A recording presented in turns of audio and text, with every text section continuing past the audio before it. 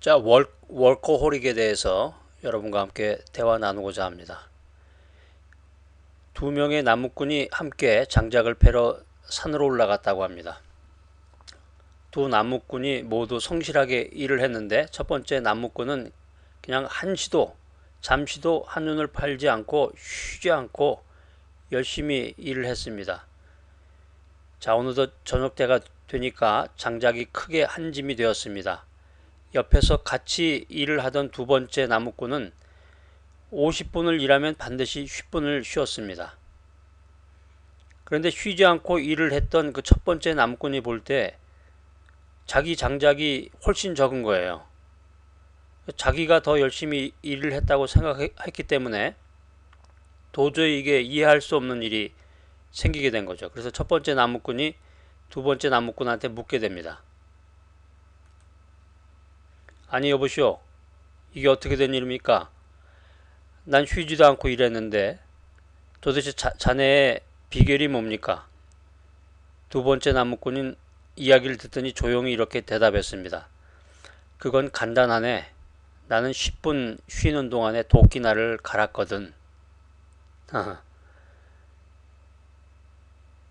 미국 이민 생활 10년째인 K씨는 영주권 획득과 일자리, 그리고 이민 생활에서 살아남아야 한다는 심리적인 압박감 때문에 미국에 입국한 날부터 지금까지 하루도 휴식 없이 일만 하는 것 같다면서 집에 가족들과 있을 때도 일 생각 때문에 제대로 마음 편히 휴식할 날이 별로 없고 최근에는 만성 피로와 편두통도 생긴 것 같다고 하소연하고 있습니다.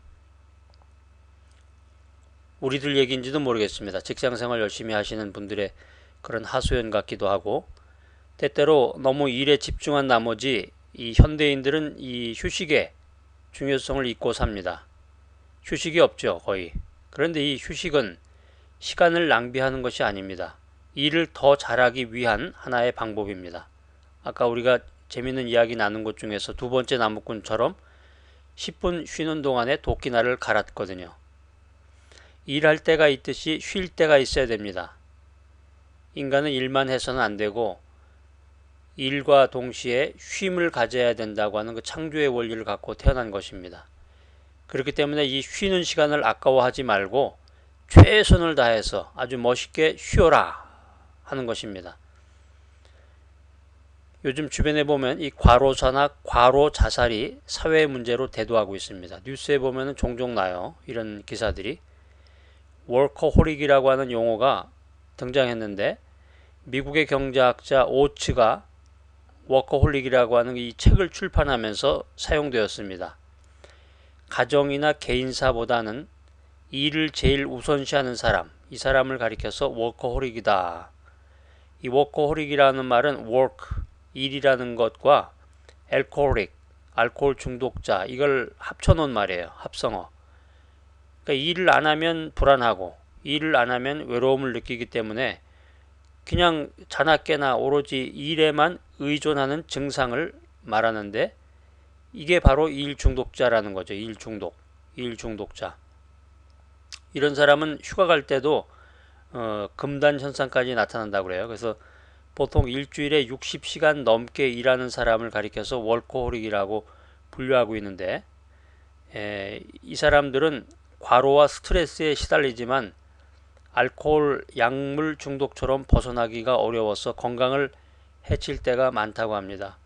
가족이나 대인관계에도 문제가 대두되고 최근에 그 설문조사를 해보니까 이 직장인 가운데서 약 64%가 자기 스스로를 일 중독자라고 대답했다고 그래요. 그러니까 일을 열심히 하는 것도 좋지만 건강이 중요하잖아요. 자신의 건강, 또 인생의 여가 시간을 사랑하는 사람들과 함께 보내는 것이 중요한데 거기에 대한 중요성을 망각한 채 일에만 몰두하는 일 중독자, 이 사람들에 대해서 여러분 어떻게 생각하십니까? 여러분 자신이 일 중독자이십니까? 워커홀릭 진단은 미국의 일 중독자 협회에서 사용하는 자가진단법이라는 것이 있는데요. 제가 한번 읽어봐 드릴 테니까 이 중에서 3개가 해당되면 3가지 이상이 해당되면 워커홀릭 환자에 해당이 된다라고 하는 것입니다. 자, 빨리 한번 제가 읽어볼게요. 일만 생각하면 마음이 들뜬다. 되는 일이 하나도 없다가도 일만 시작하면 에너지가 넘친다. 여러분 이야기 같아요? 취침 전, 주말, 휴가 때도 일을 한다. 가장 하고 싶은 것이 일이다. 대화도 주로 업무에 관한 것이다. 실시간 기준으로 일주일에 약 40시간 이상을 일을 한다. 취미 활동도 돈이 되는 일로 만들려고 한다. 이거 참 비극이네요. 취미 활동이라는 게 인간의 여가를 위해서 만든 건데 이 취미 활동도 돈 되는 일만 한다는 거죠. 업무 결과에 대해서 전적으로 책임을 지려고 한다. 일로 인해서 약속 시간을 어기게 되고 가족이나 친구도 포기했을 정도다. 드라마 같은 데서 많이 보던 것 같아요. 내가 직접 안 하면 문제가 생길까봐 몇 번이고 추가로 확인을 한다. 과업을 완료하느라고 마지막에 서두른다. 하고 있는 일이 마음에 들면 장시간 일하는 것도 마다하지 않는다. 일이 아닌 다른 것에 우선순위를 두는 사람들을 보면 못 견뎌한다. 이거 환자네요. 열심히 일하지 않으면 실패할까봐 불안해한다. 일이 잘 풀릴 때조차 미래에 대해서 걱정이 된다. 공황장애예요, 완전히. 노는 것도 이기기 위해서 열정적으로 한다. 업무 중 누군가 다른 일을 부탁하면 짜증이 난다. 장시간 근무로 인해서 가족이나 지인 등 대인관계에 문제가 있다. 인간관계를 올바르게 할 수가 없어요. 운전할 때, 잠자리에 들 때, 시도 때도 없이 일에 대해서 생각한다. 일 중독자예요, 완전히.